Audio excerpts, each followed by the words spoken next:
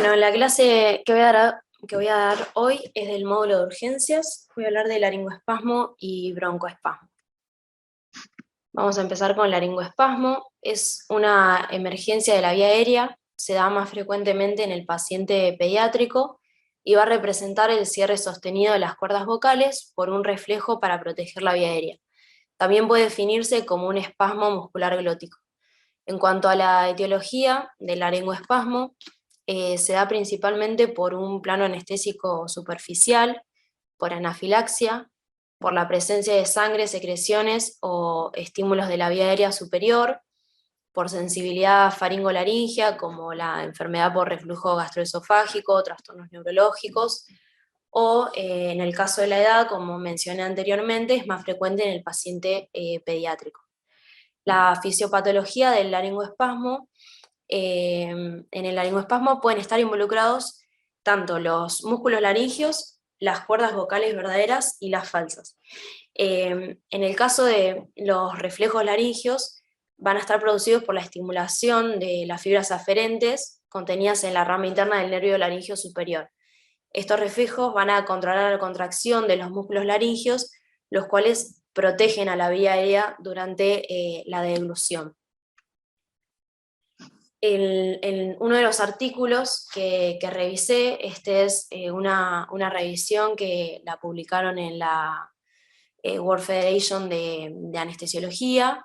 Lo que hacía era dividir los factores de riesgo en aquellos que eran, digamos, consecuentes al paciente, a la cirugía en sí misma y a la anestesia. En cuanto a los del paciente, se encontraba entre los principales la obesidad, los pacientes pediátricos, el tabaquismo, pacientes con ASA4, el reflujo gastroesofágico, infecciones de la vía aérea, asma, EPOC. En cuanto a la cirugía, las cirugías de otorrino, ya que tanto por la estimulación de la vía aérea superior, las secreciones, la sangre, son todos estímulos que pueden producir laringoespasmo, endoscopías, broncoscopías, las apendicectomías, aquellas cirugías donde se realice dilatación anal o cervical, ya que el laringoespasmo es un reflejo y tanto el dolor, digamos, lo podría generar y no solamente la estimulación de la vía aérea. Y en cuanto a la anestesia, la utilización de máscaras laringeas, cánula de Guedel, la extubación en sí misma es un procedimiento que podría desencadenar un laringoespasmo, la aspiración, un plano anestésico inadecuado, la presencia de sangre o secreción en la vía aérea, la utilización de gases inhalatorios, intubaciones fallidas y la laringoscopía. Son, bueno, todos procedimientos que en sí mismos lo pueden generar.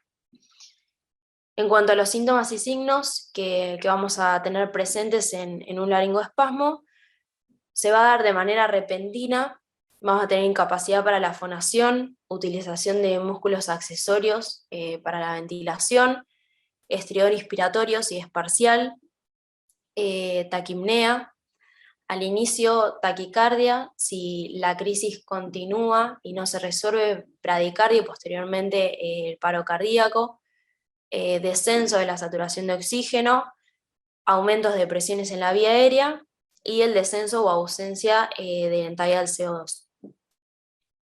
En cuanto a los diagnósticos diferenciales que debemos plantearnos, va a ser el broncoespasmo, cuerpos extraños en la vía aérea superior, relajación neuromuscular residual, obstrucción extratorácica de la vía aérea, laringotraqueobronquitis infecciosa, disfunciones o tumores de las cuerdas vocales y neumotórax o neumomediastino. En cuanto a la prevención, hay distintas medidas que podríamos tomar, más que nada en aquellos pacientes que tengan factores de riesgo, como ya hablamos anteriormente. Lo primero es reconocer los factores de riesgo. En segundo lugar, lo que podemos hacer es una inducción endovenosa con propofol y no utilizar gases inhalatorios. El pretratamiento con morfina o fentanilo disminuye la incidencia de tos o irritación en la vía aérea en un 10%, y también serviría para aquellos casos en los que el desencadenante, digamos, del laringoespasmo sea un estímulo doloroso. El uso de atropina por su efecto anticialogo. Esto sería el uso de atropina en preventivo. Después vamos a ver que en el algoritmo se va a usar para, va a tener otra utilidad. El uso de relajantes neuromusculares, la lidocaína de 1 a 2 miligramos kilo puede funcionar como preventivo y también como correctivo.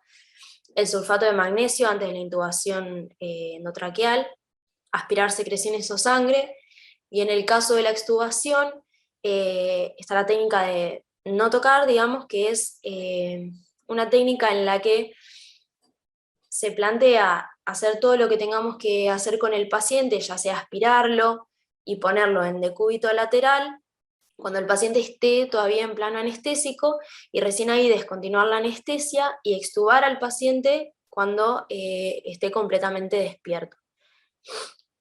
Y estimular lo menos posible la laringe para no desencadenar un posible laringoespasmo. En caso de que las medidas preventivas no funcionen y tengamos diagnosticado un laringoespasmo, lo que primero vamos a hacer es pedir ayuda, iniciar ventilación con CPAP entre 5 a 10 centímetros de agua, con FIOS al 100%, con un circuito, puede ser respiratorio de anestesia o con bolsa válvula mascarilla. La idea es ventilar con presión positiva, realizar los máximos esfuerzos para abrir la vía aérea, extendiendo el cuello, traccionando la mandíbula. Si hubiese un estímulo ofensivo que podríamos mejorar, aspirando secreciones, sangre o un objeto extraño, sería el momento para hacerlo. En caso de que haya un dispositivo supraglótico, lo vamos a retirar, vamos a profundizar la anestesia, administrar relajantes neuromusculares y colocar cánula de Guedel, que nos podría ayudar tanto para ventilar como para, como herramienta, digamos, para poder aspirar al paciente. El Propofol sería el primer fármaco a administrar, ya que según los estudios podría romper el laringoespasmo en el 77% de los casos, con dosis bastante pequeñas de 1 miligramo kilo sería suficiente. Y como segundo fármaco, como relajante neuromuscular, la succinilcolina. Si tendríamos vía para realizarlo de manera endovenosa, podríamos usar dosis de 0,1 miligramo kilo. En caso de no poseerla, podríamos pasar a la vía intralingual, que la dosis es de 2 miligramos kilo. Y si no, la vía intramuscular, si bien la absorción es un poco más errática, la dosis que está descrita es de 4 miligramos kilo. Como alternativa está el rocuronio, que la dosis descrita es de 1,2 miligramos kilo. En este momento del algoritmo, la atropina estaría indicada en caso de bradicardia en adultos de 0,5 a 1 miligramo, y en niños es 0,02 miligramos kilo la dosis. Como, digamos, tratamiento de segunda línea, también se describió la nitroglicerina, 4 gamas kilo. Actúa principalmente sobre la musculatura lisa y no sobre el músculo esquelético en sí en las cuerdas vocales, pero bueno, está descrito como tratamiento coadyuvante. Otra de las maniobras que está indicada en el caso del laringoespasmo es realizar una presión sobre la línea media del tórax, lo que va a permitir la apertura de las cuerdas vocales y la expulsión del área de atrapado por la presión intratorácica que realiza. Esto es principalmente útil en los niños que tienen más distensibilidad torácica. Otra maniobra descripta, pero que no tiene tanta evidencia científica, es la maniobra de Larson. Se realiza de manera bilateral y consiste en hacer presión sobre las apófisis mastoides a nivel de los procesos estiloideos, entre lo que sería la rama posterior de la mandíbula y el proceso mastoideo anterior.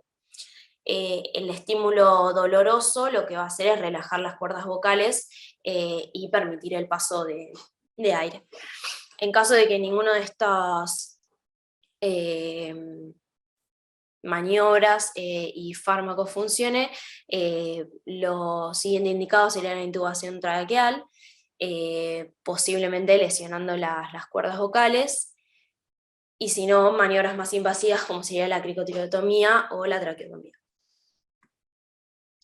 Acá lo que hice fue agregar el algoritmo que estaba en el mismo artículo, ¿sí? Donde saqué los factores de riesgo.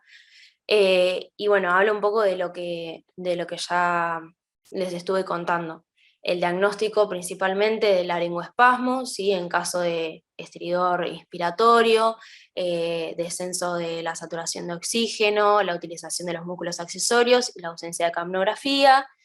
Bueno, lo que tenemos que hacer, ¿sí? Ventilar con CPAP o presión positiva con FIOS al 100%, retirar cualquier injuria, pedir ayuda, profundizar la anestesia, administrar propofol, realizar la maniobra de presión torácica o la maniobra de Larson, administrar relajantes musculares, en este caso la succinilcolina, considerar la atropina en caso de bradicardia y ver si tenemos una mejoría en la saturación de oxígeno, ver si resolvió el laringoespasmo o si tenemos que tomar medidas más invasivas como sería la intubación o la crico o la tiroidotomía.